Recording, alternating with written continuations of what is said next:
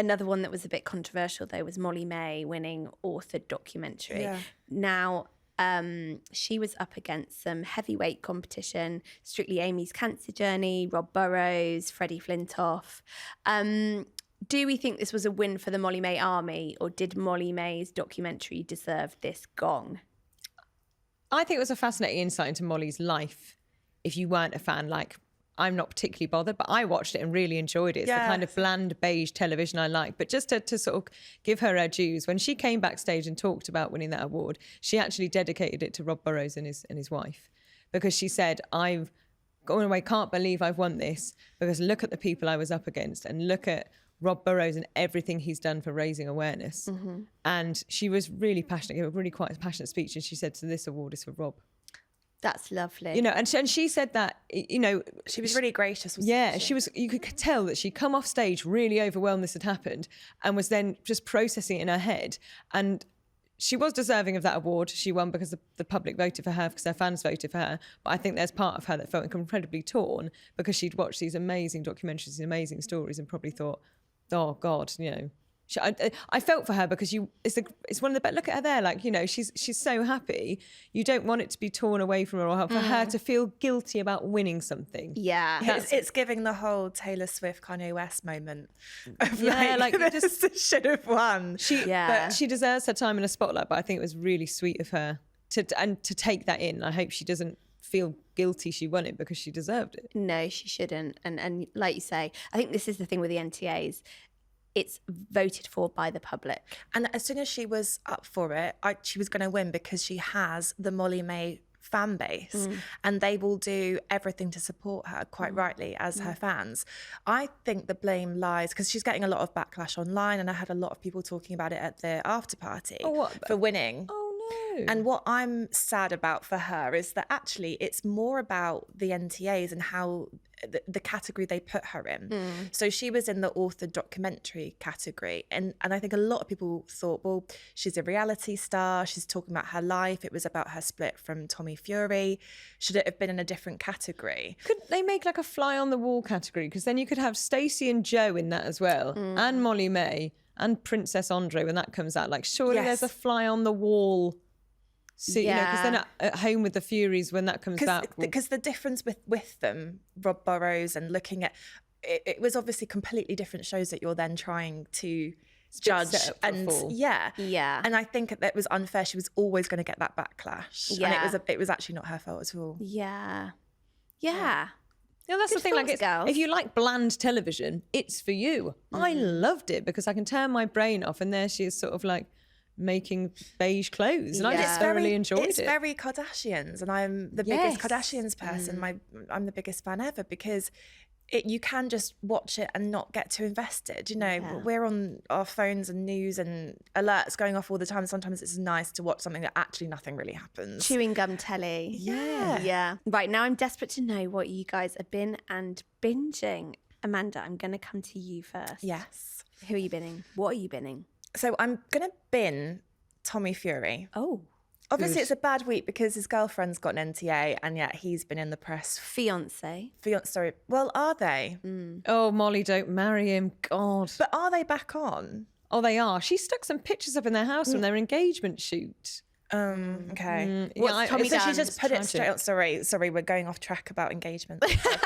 So, I'm binning because he had this Great North run and he was caught on camera shoving another jogger out of the way. Oh, not again. These runners. Awful. And I feel like he's been doing so much sport stuff recently, and he didn't complete his triathlon. Allegedly. Well, he didn't officially on the when you looked at that. Yeah, it was. They did. Yeah, they shut some of the roads, so like he couldn't finish it, but he made out he had. So if he'd have actually done a post being just done my first 100-kilometre triathlon, couldn't complete the road because they had to close it. But what a feat! But he didn't. He just said he made out he had. So people naturally have jumped all over him because he's a braggart and a cheat. A bit of a Tommy cheat, loves aren't you, Tommy? cheating. Tommy does love cheating. Yeah, he does. Yeah. Okay. Who are you binging? I am binging Tom Skinner. Obviously, he's had like a pretty intense week. He's signed up to Strictly Come Dancing. He had his first training rehearsals this week. There was an incident when he was talking to the press, and I want to defend him and say that he's going through a lot at the moment. I think it's pretty overwhelming, but I think he is going to be somebody who the public totally fall in love with. He is, I mean, I would say that I don't know, should I say it? I feel like he's a winner of Strictly, unless something happens and he gets booted off, obviously, straight away. But I just feel like he's got this, you know, he's down to earth. He says what he thinks. He gets a lot of backlash for it, but he's honest about how he feels in that moment. He says it how it is. And that's what we're craving at the moment in showbiz world, where you ask a question and someone might say directly to your face and it's a lie. You know, you want him to just be able to speak out and say what he thinks. I think what you're saying about him either could be a winner is what everyone in this building is talking about. Because I was coming down in the lift with a very senior member of the editorial team. Ooh. And I sort of mentioned something that's happening with Tom Skinner, and they said, well, he'll either bounce out in week 1 or he'll win. Yeah, I think it is an either or situation. That's the thing. And I think he's someone who admits that he's had like a bit of a checkered past, and that if he is to sort of have a fresh start and move on, it's either the public embrace that, and sometimes we do love an underdog. We like to say, do you know what, you've not been the best person in the world for your whole life, but actually I can see that you're this family man now and you're going to do really well in the future, and embrace Strictly. So I think he'll be very entertaining on it, for sure. Bosh. Okay. Bosh. That's what I like. Don't get me wrong, I like Tom, but I can't just stop saying bosh. I can't. If he does at the end of every dance, but you know it'll be a thing. And Claudia and Tess are going to start being like, bosh. Yeah. No. And it's so old now. He's been doing it for so long. Can we bin Bosh? Yeah. Right, Keep Ellie. Tom, but bin bosh. We'll see. Gosh, Strictly ball out there. I'm binning the NTAs after party guest list because it was a bit trick awards, and that's nothing against the organisers who I love dearly, and I think it's a fab party. Yeah, like, I mean, I've never been to the trick awards, so it just looks awful. Did you know that someone was sick on me at the trick awards? Yeah, exactly. Oh my Someone God. vomited her on the trick. I remember I'm getting really awful It was flashbacks awful. of It was that. say, didn't It wasn't me.